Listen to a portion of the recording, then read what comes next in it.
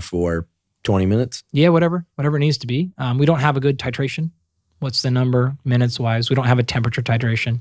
Hot shower would be a second, would be a weak second best. I would say it's a very weak. So take a hot bath. I think a hot bath is probably a lot closer to what you're looking for. It actually kind of goes back to our initial conversations. Theoretically, you're just going to aid in blood flow. So you're going to put more nutrients in, more waste product out, metabolic stress, all that stuff is going through. So that's the thought anyways. We far from Makes knowing. sense. Plausible, right? Absolutely plausible. Something people will do, feels good. I'd say with cold and hot, I want to caution you against a couple of things.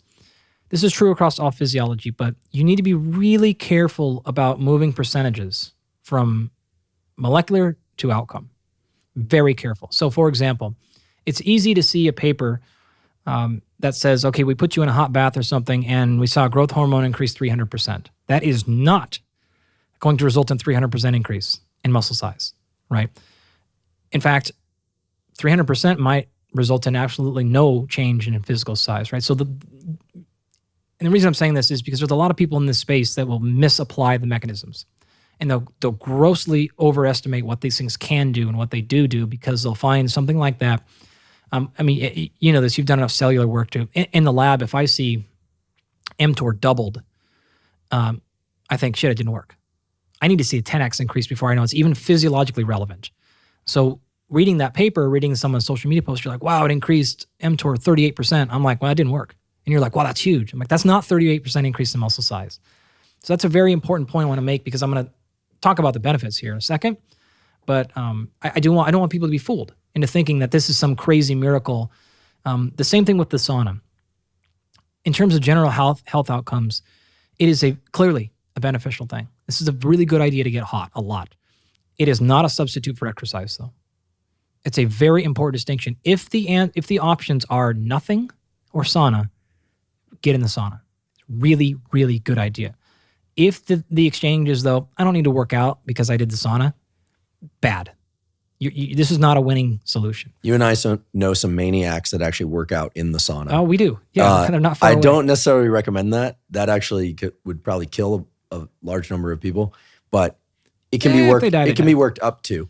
Yeah, it certainly. Yeah. So I want like every time I talk about that, I flag that because it's just too easy to hear that and go, oh, well, I think Dr. Huberman said if I just get in the sauna, I don't have to work out. Like, no.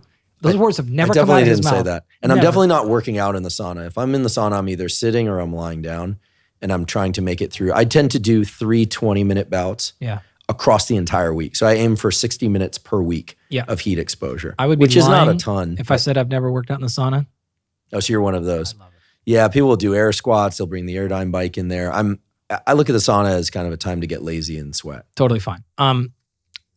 Going back to your original question. So potential to aid, plausible aid. We need to see more research on that to really get to put this in practice. I think if you try it, very little harm.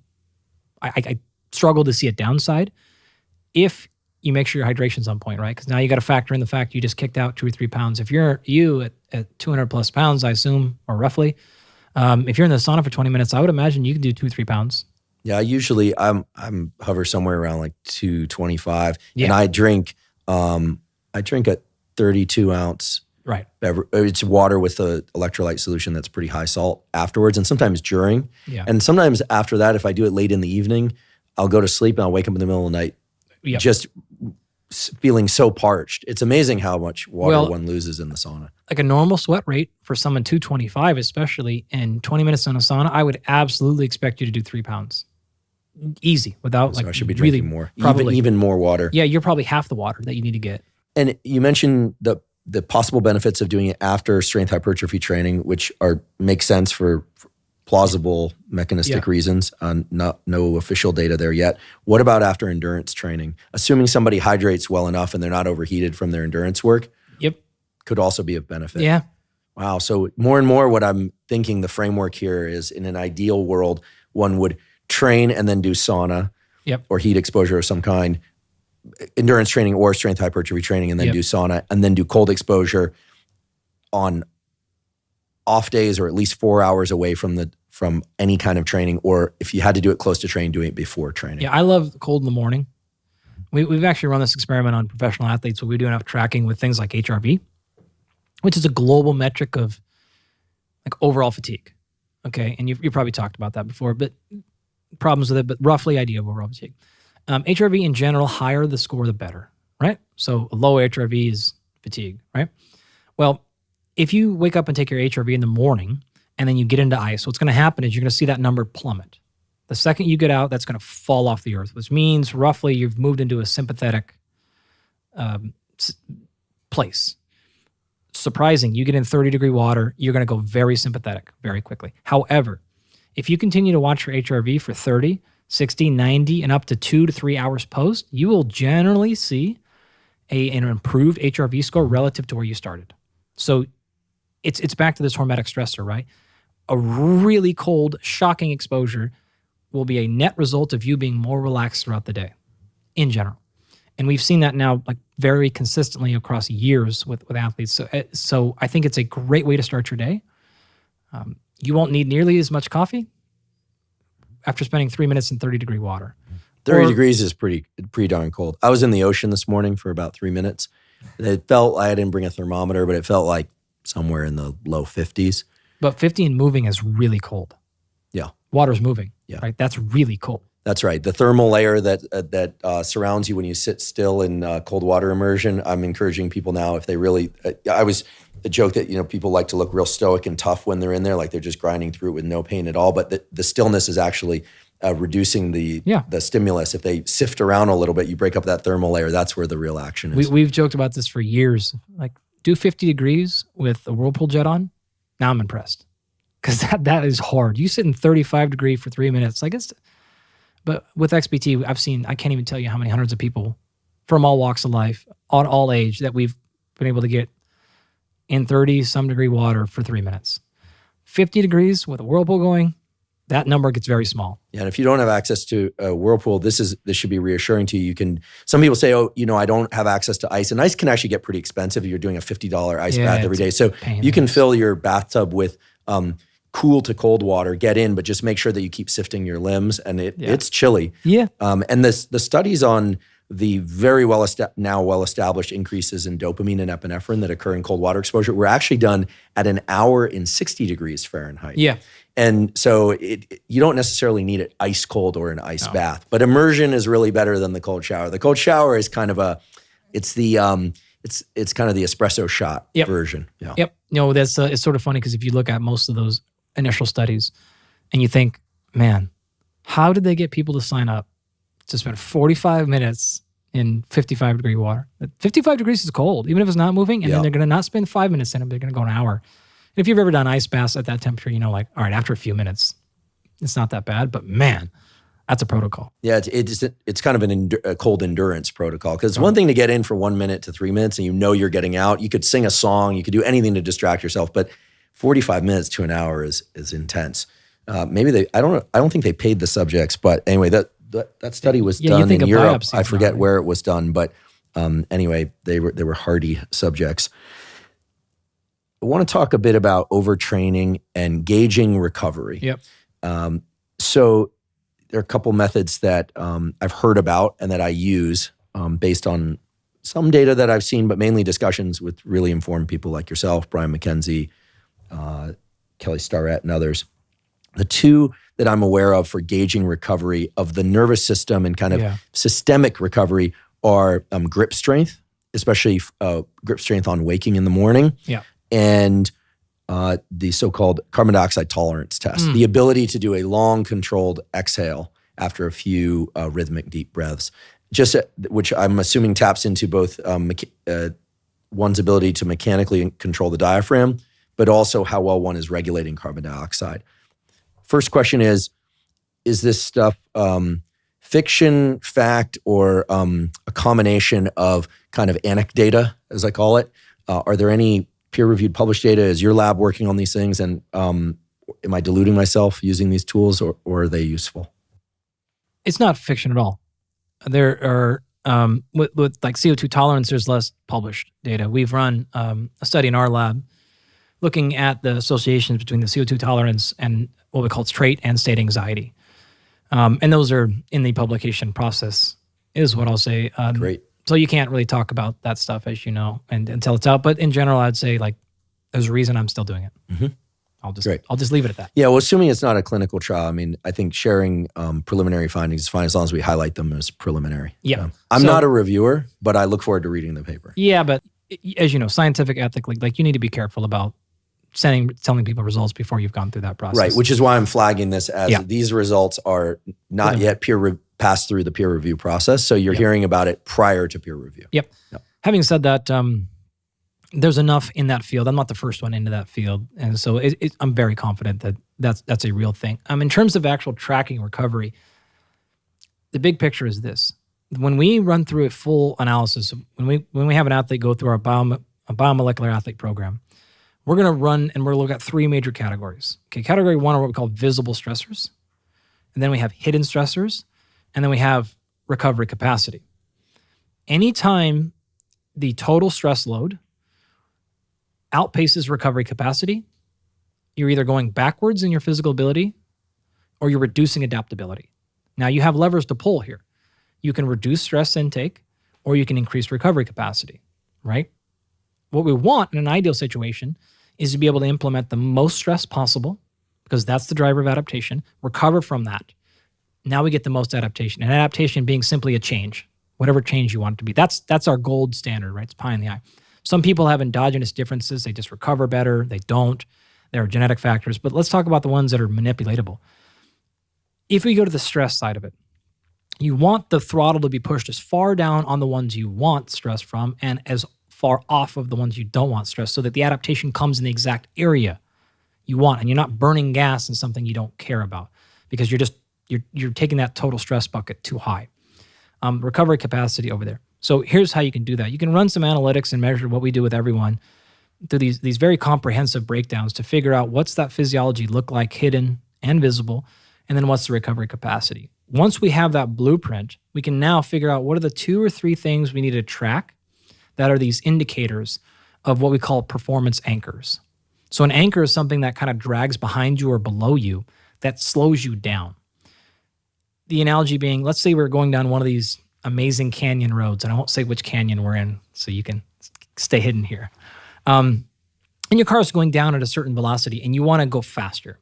Most people's first impulse is to hit the gas, the accelerator. We want to push. Well, that's fine. But if your foot is on the brake and you push the accelerator, you might go a little bit faster. But number one, you're wasting a lot of literal gas to go a little bit faster. And two, you're burning your engine. You're going to blow. The easier solution is just take your foot off the brake. You're going to go faster by just stopping yourself. Then if that's not fast enough, we can hit the accelerator. Everyone wants to just push down, right?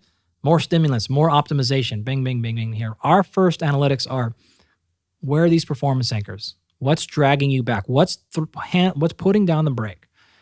I want to move those 2 or 3 things out of the way, and now let's see how far you get. Oh, look at that. Your recovery capacity has gone way up. Your adaptations are happening faster now, or we can do more work because you're recovering quicker. So we're trying to figure out in those buckets, and we have a whole host of things that we measure, biomarkers and surveys and everything else that we go through to find out what's there. So after we've done that, now we're just going to track a few of these recovery markers along the way to figure out what's globally happening. So that could mean grip strength.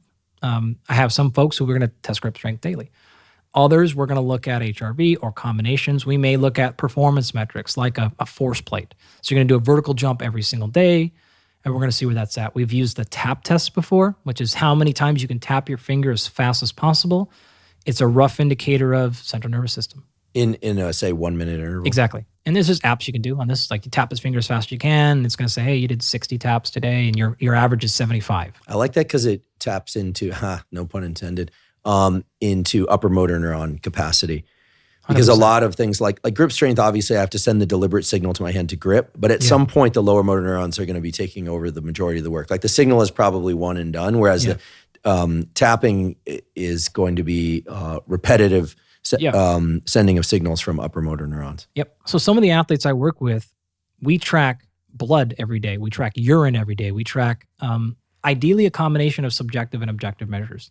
Everything from how did you feel last night to environmental sensors of their bedroom, full PSGs going on, running like actual sleep diagnostics, not an Oura ring, nothing against Oura, but like full analytics. And some of them, it's as simple as, how'd you feel today? And what was your vertical jump? Right? So we're going to put people in a position to succeed. We're going to figure out what's the lever that they need to pull, as well as what's their aptitude, what sport are they in, what can we realistically get away with. And some of them will take machines with them and we'll do blood every day and urine and all kinds of stuff. And some of them, it's a lot lower. For myself, I'm not, as I mentioned before, I'm not a big fan of devices. I'm trying to wear the wristwatch. I tend to go off feel, which is not, it's not the ideal objective way to gauge things. But part of my reasoning for this is my colleague from the psychology department, Dr. Aaliyah Crum, has done some studies where they've deliberately given people false feedback about their sleep. So told people you didn't sleep very well, or they've told people you slept really well. And performance can be driven in the expected direction based on feedback, independent of how well people slept or didn't sleep. Now, that doesn't mean you can take someone that only slept 2 hours or was up every 30 seconds because of apnea and tell them they slept great and they're going to perform great cognitive tasks. But you can take someone who slept very well, tell them that their recovery quotient wasn't very good, and their output is going to be worse. And that's my concern about a lot of devices out there, not to name specific devices, but it's still unclear to the general public what the specific algorithms are to generate these recovery scores, right? And so many of the things that reportedly track sleep aren't tracking sleep. They're tracking heart rate and breathing, which are correlates of sleep depth, but that's different. And again, I'm not knocking those. I think the sleep trackers, if nothing else, have provided a forum whereby people are very conscious of getting good sleep. It's sort of like knowing the total caloric intake of your food. People go, wow, I'm actually eating a lot more than I thought. It's calibration. Or less in some cases, but often the case is that it's more. So I think for the typical person, I'm wondering whether or not, like myself, because I'm not a competitive athlete or certainly not a professional athlete, competitive with myself, I suppose, but no one else. Morning pulse rate I tend to take when on waking. If I wake out of a really stressful dream, I might relax a little bit and then just take my pulse rate, kind of get a range and see if it's spiking for whatever reason. I don't tend to measure grip strength, although I've heard you can just use a classic scale, old-fashioned scale with the needle, now old-fashioned, or some other more technical device is probably good if there's a low-cost one. Yeah, they're all low. And then the carbon dioxide tolerance test. So we haven't really talked about that in specific ways. My understanding of it is it's 4 deep, slow breaths, in through the nose, out through the nose, and then a big inhale as max exhale, and then time duration of exhale through the nose, and then stopping the stopwatch at the point where lungs are empty, not necessarily as long as one could hold their breath. Did I get that right? Pretty much. Okay, and I guess we should credit you and Brian McKenzie. Those guys. Yeah, for sure. And the folks under Brian's umbrella for really establishing this as a really good metric. When and how can I use the carbon dioxide tolerance test to gauge recovery? Upon waking, post-training session? Yeah. Would that be a good time? Number one answer is whatever you do be consistent. So do it under like any good science experiment, do it under the exact same conditions as you can. That generally means somewhere in the morning, because that's when you're probably going to have the most control, most stability going. So yeah, like you would take any HRV or other metric, wake up, get under control, get stabilized, take your metric. Got it. Going to be pretty good. Got it. Sodium bicarb, baking soda. Rumor has it, and data has it, that it can actually be a pretty effective training tool. Very effective. Could you explain a little bit about how it works and how one might explore using sodium bicarb to enhance training output in a couple of different contexts? Yeah. So there's a handful of these ubiquitously effective supplements for performance. Sodium bicarbonate's one of them. And it's a very ingenious idea because it's so simple. Effectively, muscle contraction happens because enzymatic function occurs within a fairly specific pH range, right? So if it gets extremely acidic, it doesn't like it. And so whether you're running through aerobic glycolysis or anaerobic or anything else, all of these things require, even ATP hydrolysis requires ATPase. An enzyme has to do. Enzymes don't function well outside of this fairly special range. So what happens is generally fatigue, the sensations of fatigue are actually caused by some signal that, hey, we're starting to run out of pH, or we're getting in the wrong range. You're not out of gas usually. You're not too low on oxygen. You're not running low on muscle glycogen yet. You're typically going to see signs or feel signals of fatigue way prior to that, mostly being pH issues. That being said, what if we could regulate pH better? Enter bicarbonate, right? So without going too far into metabolism, effectively what happens is this. You take an inhale and you're mostly breathing in oxygen, O2. When you exhale, you're breathing out CO2. So the difference is you've gained a carbon somehow. Well, all of your carbohydrates in your body come in the form of long carbon chains. In fact, that's what a carbohydrate means. It is a one carbon molecule that has one water molecule attached to it. It's a carbon that has been hydrated.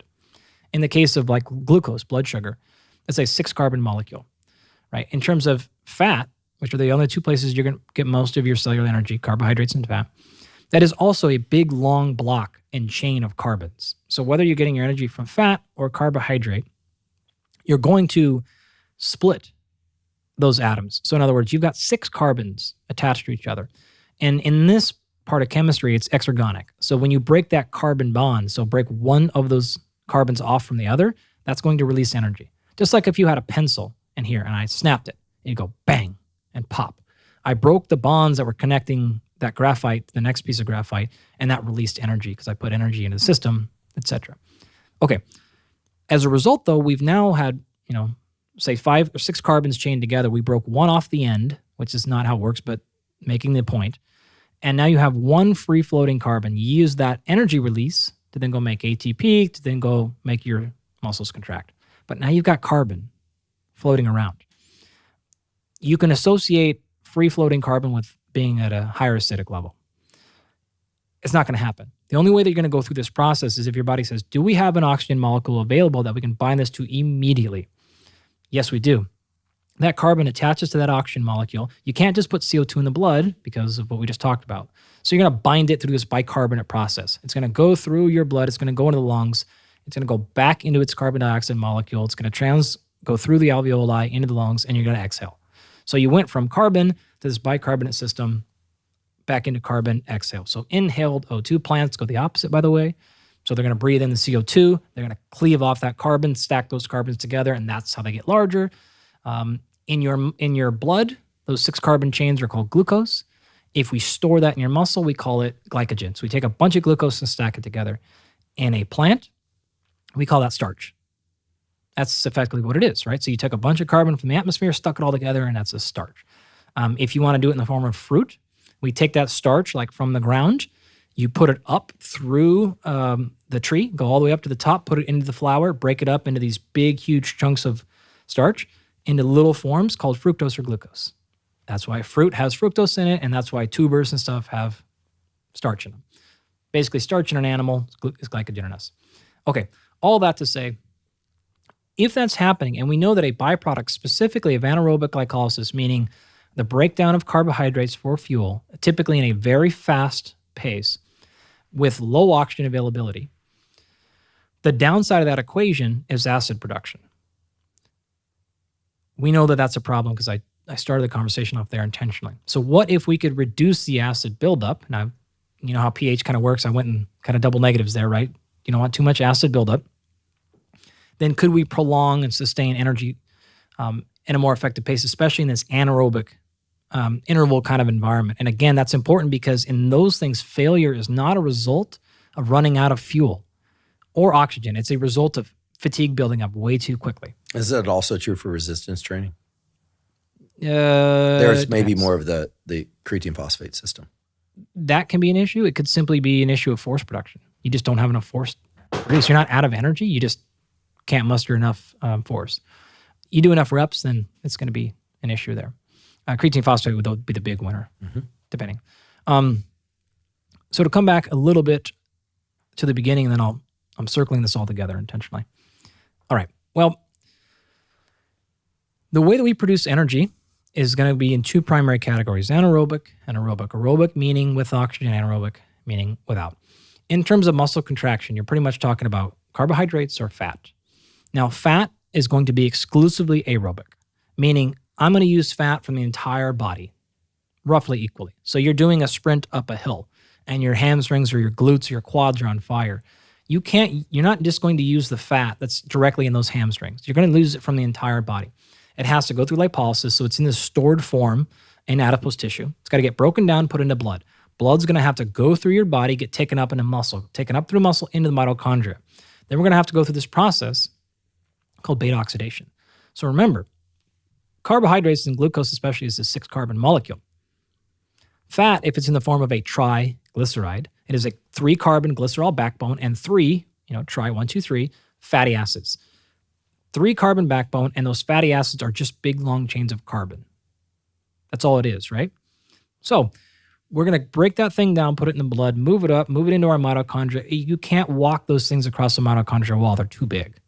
So what you have to do is cleave them off into little chunks. And it turns out we break them off into 2-carbon chunks. So we call it beta, as in 2. Move those into mitochondria. That can go through this little thing called Krebs cycle or trioxylic acid cycle. And you kick out a bunch of energy out of that. You had 2 carbons. So as a result of that process, you're going to generate 2 carbon dioxides. But remember, you can only go through that process if oxygen is available, because you have to be able to place those carbons onto something, or acid gets up way too high too fast. This is one of the reasons why fat is a nice fuel source, but it's very slow. It takes physical time to move from the back of your shoulder into your blood, down your hamstring, uptake, uptake, uptake. In addition, it's required oxygen availability. If you need energy faster, you simply don't have the time to bring in the oxygen, transport it through, go through capillaries, exchange through tissue, etc. Carbohydrate, on the other hand, is going to be stored locally in the exercising muscle cell, and specifically in the cytoplasm. As glycogen. As glycogen in the stored there. So what's going to happen initially, your initial demands for exercise or for fuel are going to come from the glycogen stored within the muscle fiber itself. It's just going to break right there, and you're going to be off to the races. So you have the 6-carbon molecule, you're going to break it into 2 separate 3-carbon molecules. Okay, boom. That breaking provides you a tiny bit of energy. Very small, but some. Now you're going to take those 2 3-carbon molecules, and you want to be able to oxidize them, because that's your only next step. But in order to do that, you got to go those into mitochondria. So you got to break one of those molecules off. So then you'll be back to your 2-carbon molecule, just like you did with fat. That's going to go into mitochondria, and then it's going to go through the exact same Krebs cycle, 2 carbons, etc. But hold on. If you don't have sufficient oxygen or sufficient mitochondrial availability, and you're stuck at that 2, 3-carbon place, what do? You have problems, right? Now we have to say, okay, wait a minute. We have a 3-carbon molecule, and we have a bunch of this acid buildup. Now, acid functionally is hydrogen. That's what pH, potential hydrogen, is what pH stands for, right? So if hydrogen is building up as a byproduct of muscular contraction, and then you're having this 3-carbon molecule, what it can actually do is grab one of those hydrogens. And those 3-carbon molecules, by the way, are called pyruvate or pyruvic acid, right? If you take a pyruvic acid and you grab a hydrogen, put it on top of it, we now have a different name for it. It's called hydrogen peroxide. Lactate. Bingo, right? That's what lactate or lactic acid is, right?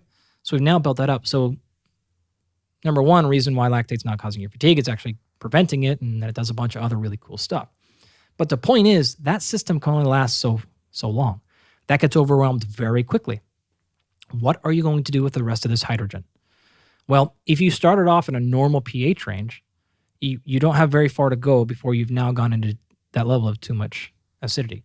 If you start off in a more basic, and basic I don't mean simple, I mean chemistry, right, and more alkaline, then that same amount of increase in pH is no longer, now just puts you back in your physiological range. So sodium bicarbonate, whether taken as a cream or a powder or baking soda or anything else, can simply put you in a more alkaline state, even acutely. So this is something you can take right now before your workout. You're going to delay what we call delay the progression of fatigue. And how would people start to approach this practice? My understanding is you can do this with common, store-bought baking soda. No question. There's always a concern about gastric distress, that it's a very effective laxative, sometimes an unwanted laxative effect. But how would one approach this before? Let's say I'm doing the mile repeats. Yep. Exercise, mile repeats protocol that we talked about earlier. I'm doing that for a few months, and now I want to try the sodium bicarb approach. I'm well hydrated. Hopefully I'm well rested. I'm ready to go. When am I going to drink this sodium bicarb solution? How would I make the solution? Let's say I take 10 ounces of water. Yeah. How much bicarb do I want sodium bicarb should I put in there? Can we come up with it? Is it half a teaspoon? Is it a teaspoon? Here's how I'm going to tell you. You will thank me by starting lower. You can always go more later. So a little pinch. You cannot go backwards. How about I start with a quarter teaspoon? Fine. Honestly, half is fine. Half a teaspoon. It's totally fine. Dissolve that.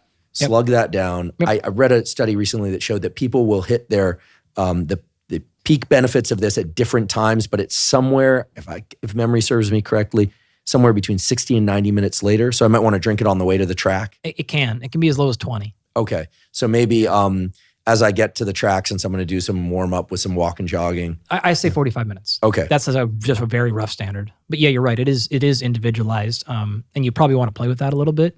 If not, just somewhere in the neighborhood of 20 to an hour. Okay. And then the perceived and real fatigue, if done correctly, the perceived and real fatigue ought to be reduced. Yes. I can do more work without feeling exhausted. Will I feel less of a lactate burn? Yep. Done in air quotes for those listening. I realize that's a very crude way to describe a complex physiological process. Yep. Fantastic. Can sodium bicarb be used repeatedly for longer duration training? Yep. And if I were going to use it with weight training for whatever reason, maybe I'm doing circuit type training or I'm doing the superset type strength training that you talked about before, push, pull, where it's a little bit more cardiovascularly demanding. Yep. Then maybe I'd sip that throughout the workout, make sure there's a bathroom nearby, it sounds like. Because I am aware that many people get pretty serious gastric distress. It can happen very quickly. Okay. Great. Well, it sounds like an amazing training tool. I really appreciate you sharing it because I think it's one that doesn't get a lot of airtime these days because it's been around, but sounds like it has some pretty impressive effects. Yeah, you know what's sort of funny about that is, I mean, I get it. Pop culture is what it is, but still to this day, if you want to talk about sort of your most effective general health/performance supplementation, it's the same 3 to 4 to 5. And it's because they work really well. Without going into the chemistry of each one and the practice of each one, because I definitely want to get you back to talk about nutrition and supplementation at some point, but I think we need a full couple of hours to get that right, at least. If you, as a teaser, would you mind just listing off the other supplements that you have found are very effective for many people? So sodium bicarb or baking soda is one. What are some of the other ones? Yep, we'll go kind of in reverse order. Beta-alanine is another very classically effective one. Similar idea with sodium bicarbonate. So it's going to, beta-alanine is going to come in, it's going to be converted and stored as what's called carnosine in the muscle. And carnosine is an intracellular buffer. So in other words, it's just going to delay the buildup of acid. So fatigue blocker, if you will. So very effective, very cheap, very safe, well studied. The top one though of all of them by far that has an incredibly strong safety profile. It is a simple form to get, has a important magnitude of effect, and is effective across multiple domains of physical health and performance. And it is, because of that, it is my crown jewel. It is, in my opinion, without question, the Michael Jordan of all supplementation. And that's creatine monohydrate. It affects so many things. We typically think about it as it's muscle stuff, right? You talk you quickly were talking about the creatine phosphate system. But we have to realize the vast majority of research on creatine phosphate is not in sport performance and has not been for 20 years. It's in clinical. And it has everything from effects on the neurological system to there have been associations to mental health and depression. And to be very clear, I am certainly not saying you can take creatine and cure anything. And I'm not saying it's going to stop you from depression or anything, but I'm saying there's a lot of research in these areas and there's a reason people are doing it. Yeah, I completely agree. And if you're willing, I'd love to have you back for us to do a discussion on creatine and the brain or creatine and the nervous system. Yeah. That would be a lot of fun. And maybe we can do a kind of a journal club in advance of that. For those that don't know, a journal